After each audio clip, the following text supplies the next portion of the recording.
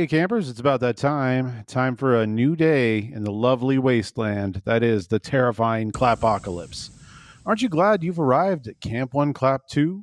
Joining us today is Camp One Clap alum Alexis Worthen. I'm your camp director and host of the One Clap Speech and Debate podcast, Lyle Wiley.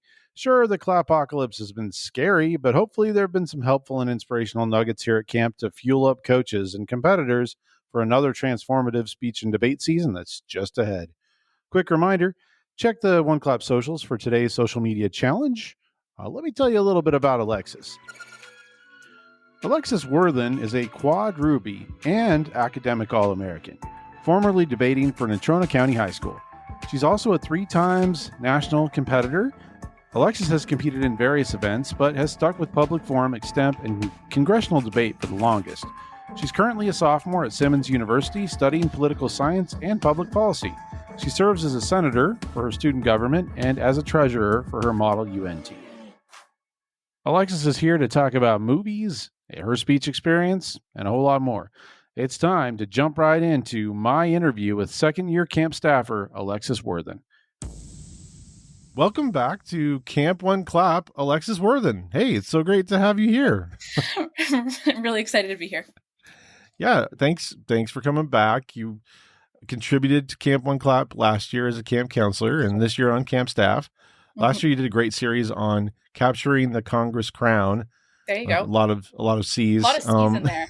Oh yeah, alliteration killer. But it was a great series, and anyone who's listening should go back and check it out if you want to get the basics of doing Congress with Alexis. But yeah. You're not in the speech and debate universe technically at the moment, but we're gonna talk about some of the things you're up to now, Model UN, and we're gonna talk about scary movies, the horror genre a little bit, and you're gonna be here helping us out with the Clapocalypse, so we appreciate that. Let's set the tone. Let's talk about fear. We are going to be talking about horror films, so I'll get more hot takes on your favorites. But what is your favorite scary story? Like movie, book, short story? This one I sat with a little bit, but I think something that really got me into the more, I guess, horror, scary stuff out there was I was never really into it or the zombie universe, but I think I watched the TV series The Last of Us. And though it's not a very traditional horror or scary stuff, but it really, I think, kind of put me on that path. I liked it because of all the connections it had to Wyoming, and yet all the universal truths about humanity that I think horror does a really good job of, I guess, talking about without, I don't know, the direct delve into it. I think it's a nice parallel. It holds up a mirror, I think, is what I would say about horror to society, if done right. And I thought The Last of Us did a really nice job of executing that. So that would be my personal favorite. Cool. Good choice. I assume good choice. I played the video game in the way back. I have not watched the series. I love Pedro Pascal, and I probably will at some point, but I just know it's not the most uplifting things, so I'm just kind of got to be in the right mindset for it. There's more crying than there is good. Yeah, it's I mean, unlike most horror, it's kind of depressing. No. No. There's no winning at the end. There's never any winning with it. Not gonna lie.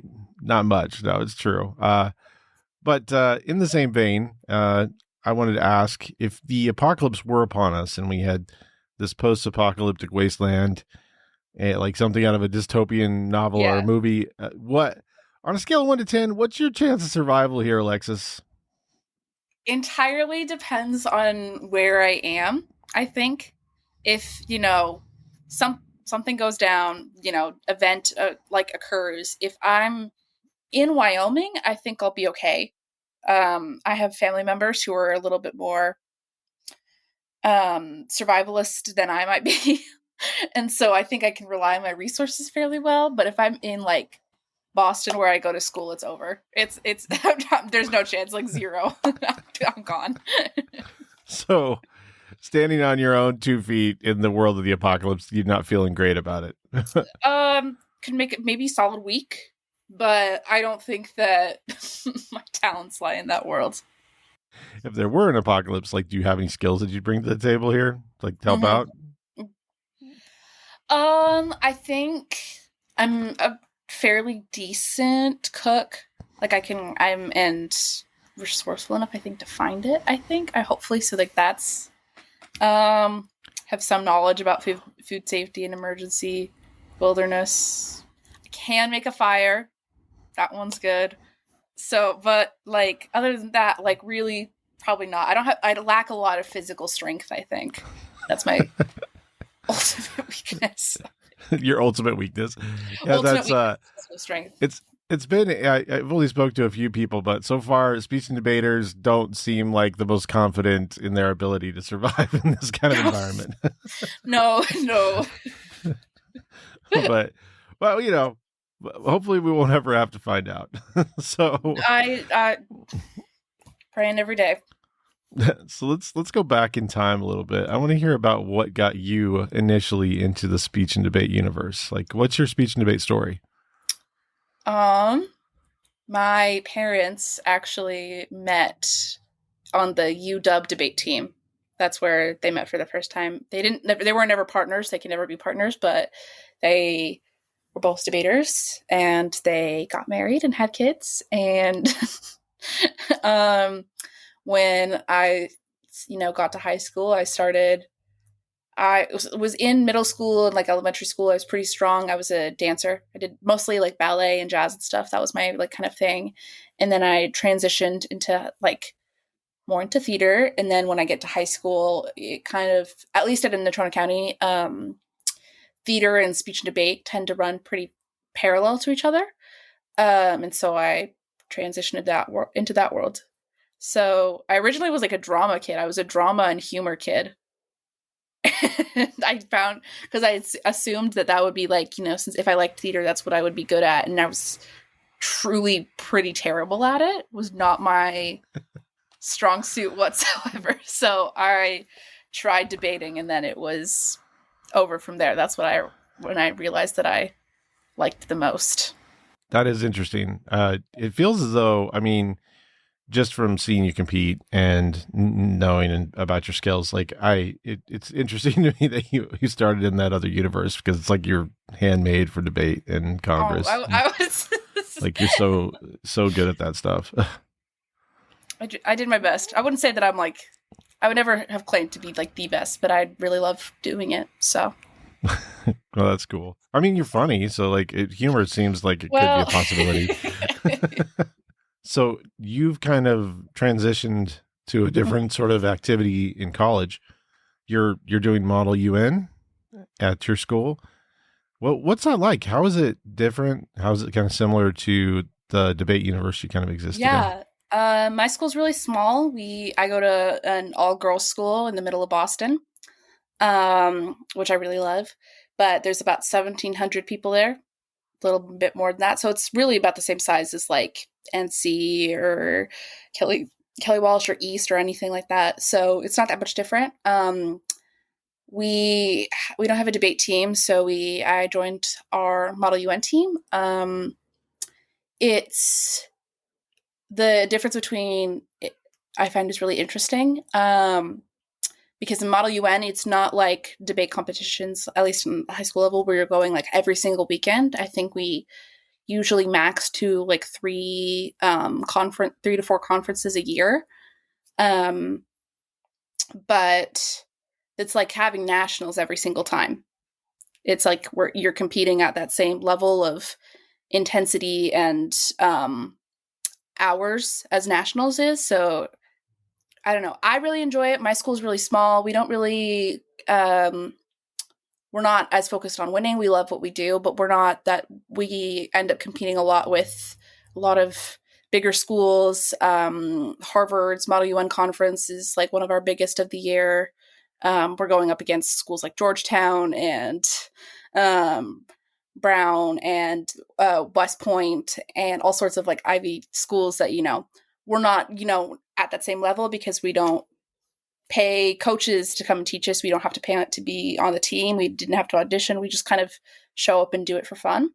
And I really like that. But it still provides a lot of opportunities to network and expand and I think refine like your speaking abilities and your knowledge about the outsider world. So I would say that in that capacity, it's really similar to Congress, as in like the level of like the type of competition. But you also, the thing about Model UN is you also have to, you can't not be friends with people in the same way that you are with speech and debate. With speech and debate, you don't have to be friends with any of your other competitors. You can be pretty cutthroat, but Model UN, there's a good amount of allegiances and networking that you have to do in order to succeed, which I like a lot because I think it's more reminiscent of the real world. But there are shifts. I do miss competing as regularly as I did when I did speech debate. That was something that I really liked, the routine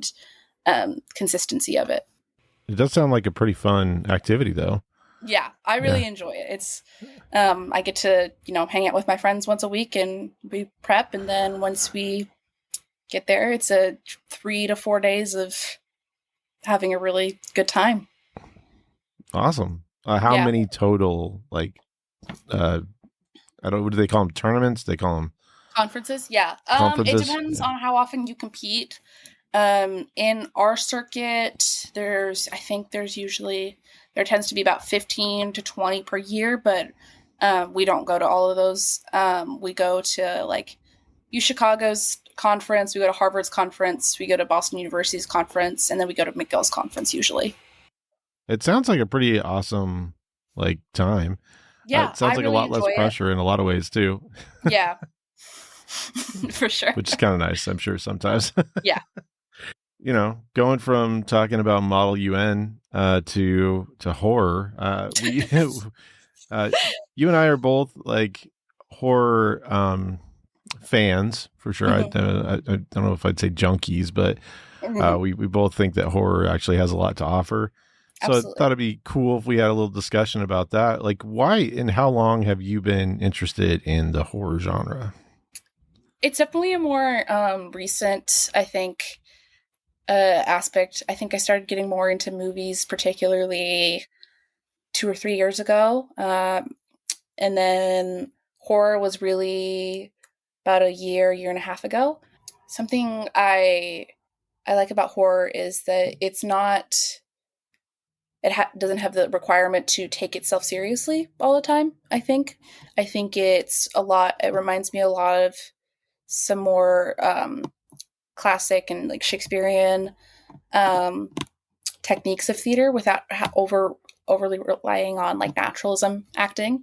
But it can still like the thesis is like still imparted, I think, throughout. The films are still super important, which is why I really like Ari Aster movies. I think that like there's still like that like message and that like compulsion to examine yourself afterwards is still in the movie without like necessarily going through an entirely realistic situation, which I think is a nice like break from reality. They remind me a lot of like dreams or nightmares that your body puts yourself through in order to better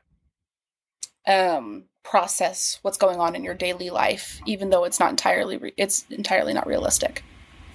Yeah, for sure. I think from like an artistic standpoint, mm-hmm. too, like it presents some interesting opportunities to explore taboo or maybe more difficult things to talk about in a way that's acceptable. Mm-hmm. I mean, it's more acceptable in some circles than others, I guess. Absolutely. But still pretty acceptable. And oh my gosh, like really, really interesting part of the horror movie situation from a practical standpoint is how affordable they are to make. Right. And so there's a good return financially on horror films most of the time, which is pretty Absolutely. Interesting too.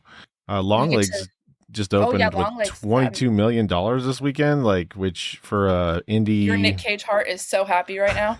Oh, for sure. Yeah. I haven't seen it yet, but I think I haven't seen it's just really interesting how, I mean, they've done a great job with marketing. So, I mean, there's a lot of work that went into that number, but it. Mhm. I mean, that's impressive for a neon film to open the weekend with $22 million when there's a Despicable Me that's picking up $40 million of folks right now on the weekend already. It's pretty, I mean, because film industry is not doing great. So No. that's a really, really good amount of money for a film. Yeah, independent movie. No, but it's doing better than Maxine, which I wasn't expecting, but I'm excited about. So What can we like learn from horror films? Like, and you talked about this a little bit already, but embracing these dark parts inside of us and our fears, like what's good about that? um I don't think anything good can come out of denial. I think that's again when we talk about like the first stages of grief. There's not a path forward if you just live in denial. I don't know, being able to confront, aspects of yourself that aren't necessarily, I guess, pleasurable or all that, something that you want to put forth out instantaneously is really, I think, empowering. Honestly, if you get past that denial stage, horror does a really nice job of cutting down the facetiousness of society. That sounds that sounds really full of myself, but at the end of the day, I think it does a really nice job of teaching us that we're all innately human in a way that I don't think, like, we're all, at the end of the day, we all like feel the same. We all have emotions, and we're made of flesh and bone. And I think that horror does a really nice job of encapsulating that and reminding us, like, at our core, what humanity really is all about. I think if done well. But there is a certain level of like horror movies that are there just to like kind of make you laugh a little bit. Sure. Well, and anytime you're playing with like the boundaries of what's acceptable and Right. like the way that we think about art and society and stuff, there's always the potential for things to become more spectacle than meaningful, I suppose. Absolutely. Which I think is a fair criticism at times, but then boundaries on art is, we don't really want to put too many boundaries on art. So No. So you and I, when we were just kind of like spitballing ideas about things to talk about when we started talking about horror films, you mentioned that you're pretty interested in Ari Aster right now, the A24 darling, I guess we could say. I mean, he's kind of one like of them, one of their pookies. Yes, and I mean, A24 is on this like crazy like They're doing really well right now. Yeah, they've really been catapulted into the zeitgeist or whatever you want to say. Like, it's very much so. People that are into films are really interested in what's happening at A24. They're doing a good job. And there's definitely like this weird. I mean, have you watched quite a few A24 movies? I think so. I hope so. I don't know. Well, not like I hope so, but I think I've done my homework. Maybe They've definitely like got a brand, kind of like it's a. Yeah. I mean, there are A24 movies that don't feel quite. I mean, there's like a feel to an A24 movie that is pretty universal with the A24 movies, but there's like some outliers, but there's a very specific, weird, just sort of slightly off, really thought provoking, semi pretentious sort of A24ness to like all their movies, right? Yeah. So they've been doing really interesting stuff in horror specifically, I think, and Aster is a big part of that. So. For sure. You've seen, I'm sure, Hereditary, Midsommar. Have you seen Beau is Afraid? I have a secret. I haven't seen that one because I find Joaquin Phoenix really insufferable, so I don't want to watch a movie. But if you find Joaquin Phoenix insufferable, then you probably don't want to watch the 6 hours of Beau is Afraid. But that's what that was my thing. I was like, I really just don't want to, because I love Toni Collette and I love Florence Pugh. So, but like, I just find, I don't know, Joaquin Phoenix and like Bradley Cooper, like that little specific sector of male actors, I really can't stomach very well, so I wasn't gonna go there. But I do really love Hereditary, and I love Midsommar. So So when you think about those two films, and you can discuss each separately if you'd like, but what about these films do you find like really interesting? I think again, it's exploring a human problem in a very escalated situation. I think Hereditary is about family relationships and uh, specifically, I think the mother through daughter line. That one is super prevalent in that movie. And then Midsommar is dysfunctional relationships with your partner, boyfriend, and girlfriend. Um, that one is, I mean, someone described Midsommar as like a breakup movie disguised as a cult movie, which I wouldn't go that far, but definitely think it's very true. I like, but the overall thorough line that I find through Ari Aster's movies is like mental health issues, I think, which is, and like through the vessel of a horror movie, which I really enjoy. I think he does a really good job of portraying intimate and different types of grief, which I think is super cool. The scene where Florence Pugh is surrounded by all these women through in the Swedish cult or whatever, and they're all like grieving and feeling emotion together was really quite powerful. So, but it's that human emotion through the eyes of a horror or a difficult movie problem that I really appreciate. And he doesn't sacrifice cinematography for anything. Cinematography, transitions, like I'm a huge Edgar Wright fan. I don't know if you're familiar with Edgar Wright's films. Big Edgar Wright fan. Love Baby Driver and Scott Pilgrim and the Cornetta, I think, trilogies, what those movies are called, with Simon Pegg. But he's a king of transitions. Like Edgar Wright's transitions in movies. Last Night in Soho is another great example. Like just really lovely, beautiful transitions, never wasted. And I feel like Aster is very similar. He does really, really interesting stuff in his transitions. Yeah. Doesn't waste very many at all. No. I like in Midsommar particularly the use of like the art in the like community to further the storyline and kind of lead you into the next is really, really cool. I really liked that too.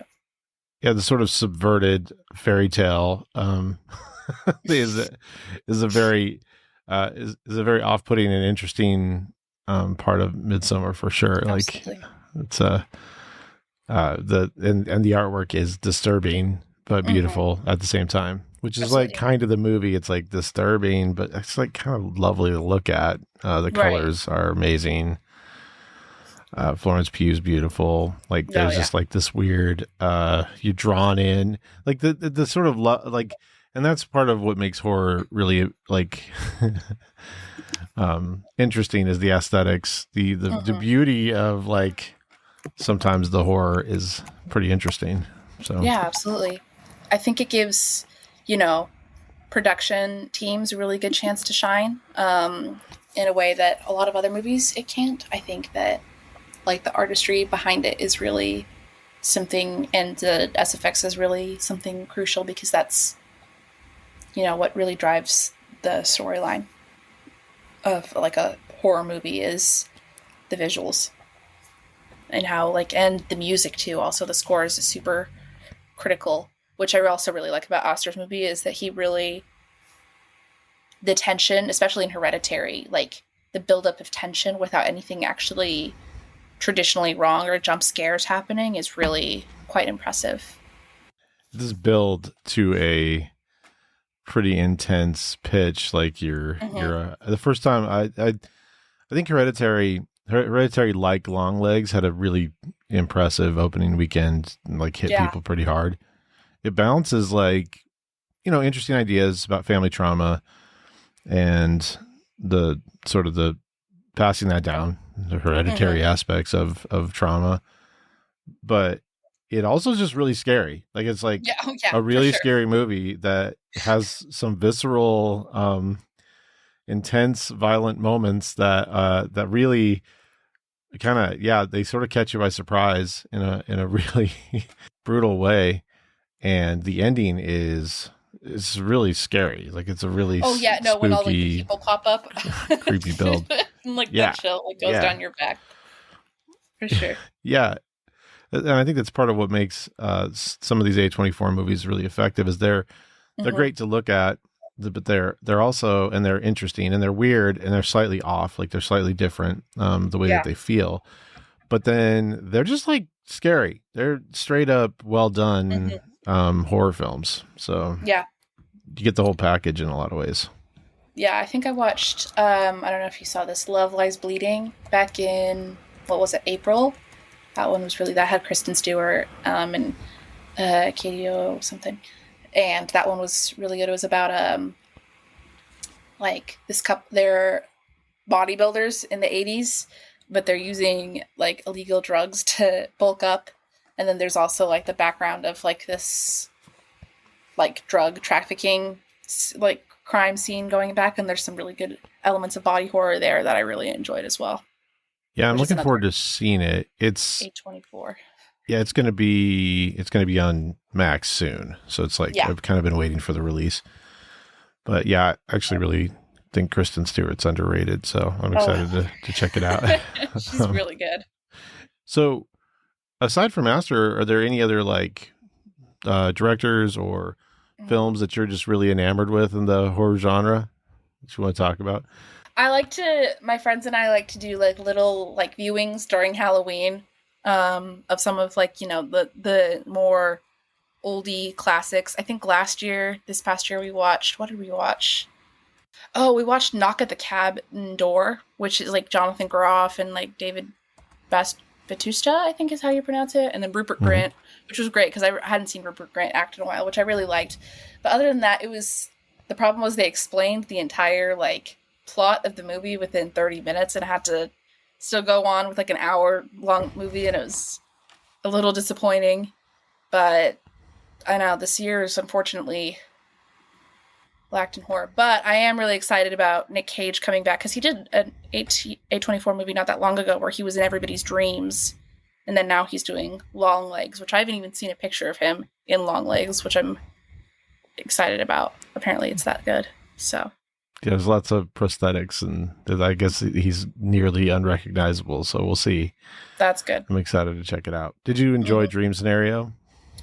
Yeah, I thought it was good. I really am impressed with what Nick Cage is picking these days. I think Nick Cage is a very unique performer, and I don't think there's like anyone else who could have done that role. Like it was just him who could play it and have that self-awareness to play it, which is also really good. I think Cage, of course, I'm a huge Cage stan. I wrote my capstone for my master's about Nicolas Cage and his role as a science signifier. But yeah, I think he's kind of turned into like a scream queen a little bit, right? Like he's sort of in a lot of horror he had like films. an opposite like effect. I think where his career, where he started off as like a classic Hollywood star, and then now he's like switched to horror, which is usually like actors do the opposite, which I think is really cool. Yeah, he's really interested in like I think doing. Well, basically, probably doing anything outside of expectation, but like he definitely wants to try to explore in indie films. Yeah. But yeah, Mandy, Color Out of Space, Mom and Dad, even Renfield, which is like I don't know if you saw Renfield. I heard it was not great, which is unfortunate. Yeah, it's not great, but he's great. He's really good in it. So if you want to see a good Cage performance, I think it's always worthwhile. Noted. Yeah. So let's like transition into a quick ghostly interlude here. I've been asking people if they believe in ghosts and the paranormal. So what about you? Are you a ghost believer? I don't think anything, there's the law of the physics where it's like no matter is created or destroyed. It just, exists all the time, and it's just reborn or remade into new things. So I certainly I like to think that there's like energies in the world, and I think that, we aren't like removed from that and removed from, what came before us. Do I think that there's like Harry Potter like ghosts, like full physical uh spirits walking around? I don't think so. But I think there is something to be said for what came before us isn't entirely gone. Is what is my answer to that. It's a nicely measured answer. I like it. It's a tricky question. But yeah, it seems like there's lots of unexplained phenomena out there. It's like, you can't just slam the door on it, right? No, I agree. So, thank you for letting me pick your brain about horror a little bit. It was really fun for me. I don't know if other people find it interesting what we're talking about, but I'm sure having a good time. Like, Amen. We should just We talk can about Letterboxd. I'm in. Yeah, we could just go through and just talk about every movie, and I'd be super excited. I love talking about films. But let's move back to speech and debate. We haven't had a chance to have a talk about speech and debate, just the two of us. So I like to ask folks, like, what was the best part about speech and debate for you when you were involved? What was your favorite part? I loved the preparation of it. I loved the research and writing your own stuff that came with it. I loved like the confidence that it provided when you did something well and you knew you did well. That was lovely. I liked the ability to make friends with people from all over the state. Still have really good friends from it. And that wouldn't have been the same. I think overall speech and debate left me feeling very empowered and very capable and ready to be an adult. And I don't think I would have felt the same if I didn't have that.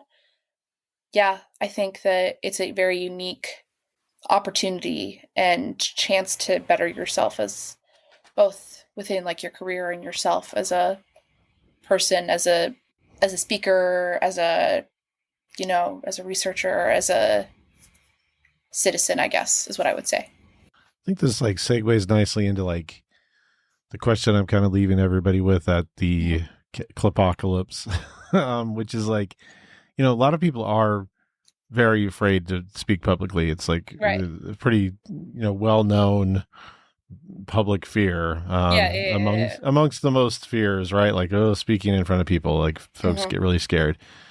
And so, why is participating in speech and debate like worth all of the horror, the terror, the fear? I would say that it leaves you really passionate about the stuff you want to be passionate about. I wrote my final bill for Congress on education, and I'm still very passionate about education and providing more educational opportunities for people in America. And I hope to continue to go into that in some capacity when I'm an adult. But I think that there's also a level of uniqueness when it comes to speech and debate, where there's lots of opportunities to do anything and everything. I also think that you don't get very far if you aren't in speech debate, if you don't have a certain level of grace and empathy for others. And for the most part, at least in our community, I think that we, everyone is led by a desire to, for people to succeed no matter what. I think that we might be, so I don't think that there's any inherent, judgment or anything like that. So the only, the worst thing is, internally, what might happen internally, but it's never as bad as, like the nightmares that your head, comes up with at night. So I think that ultimately all speech and debate does, if you, put this effort into it, is prepares you to be better at it than you were. And it's a fairly safe community. You don't, to do so is my answer. So I think that it's a low stakes, high reward environment to, get better at public speaking, but also all different types of public speaking. Yes, I think that's some good answers there. I'm glad that speech and debate provided some good stuff for you, and I'm excited that you're getting to use a lot of your skills in Model UN right now. That's really fun. I would not be doing Model UN if it wasn't for speech and debate. 100%. So cool. I'd be in the dust. Well, have you any interest in getting involved in speech and debate in the future, just out of curiosity? Like, are you going If to... there's like a coaching opportunity that's ever like provided, I'd love that. If there's a judging opportunity ever, that I would love that as well. And you're studying like political science and public Yes, policy. I'm in an accelerated program, so I'm doing my bachelor's for political science with a minor in econ in 3 years, and then I get my master's in public policy in 1. Okay. Any Yeah. chance that you'll end up in education, or you think you want to go into public policy? Hopefully I'll go into public policy, but I'm also anywhere that gives me a job. That sounds great. Thank you so much. Anywhere that's employing me, that'd be so awesome. Fair enough. Yeah, I get that. Thank you again for hopping on here Thank and you for helping us having me. navigate the clapocalypse. Nice time chatting with you about all the things. And yeah, I'll probably try to have you back if that's okay. I love Yeah, I having would you love involved. Thanks so much to Alexis for stopping by and yapping with me. It was super fun, and I'm excited to have her back on the show in the future. What's going on in the clapocalypse tomorrow? Well, nothing. Quiet, my friends. I'm taking another day of rest, maybe 2, but I'll be back shortly. Remember to check the social media challenges on our socials, and yeah, we'll see you in a couple of days, campers. I'm sleepy. Did you know that zombies always go to bed early? Yeah, I mean, they're always dead tired. For Camp One Clap, this is Camp Director Wiley, signing off.